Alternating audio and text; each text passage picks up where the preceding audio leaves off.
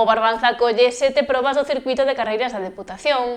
Noia será o primeiro concello da comarca que vivirá unha carreira e Porto do Son o último. A Deputación da Coruña deu a coñecer esta semana a lista de probas que forman parte do circuito de carreiras que promove o ente provincial.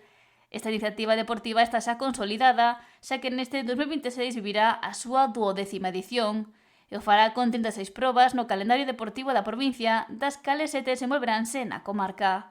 As carreiras populares deste circuito reuniron preto de 18.000 atletas de todas as idades o pasado ano, cifra que se quere igualar ou superar nesta nova edición. As probas arrancaron xa esta fin de semana coa cita da Pascua de Padrón e novamente haberá variedade de distancias entre todas as carreiras incluídas na competición. Barbanza vivirá 7, aínda que haberá que agardar ata ben entrado o verán para que os amantes das carreiras se calcen as zapatillas nesta zona.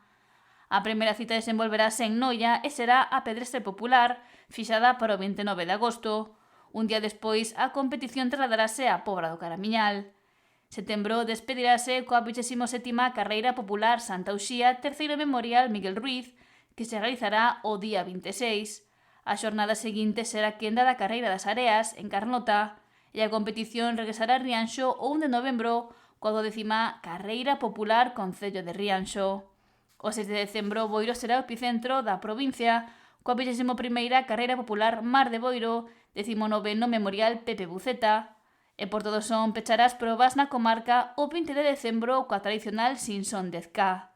O 12º circuito de carreiras da Deputación da Coruña manterá o seu carácter aberto, con categorías para diferentes idades e niveis, consolidando un calendario deportivo presente en toda a provincia ao longo do ano.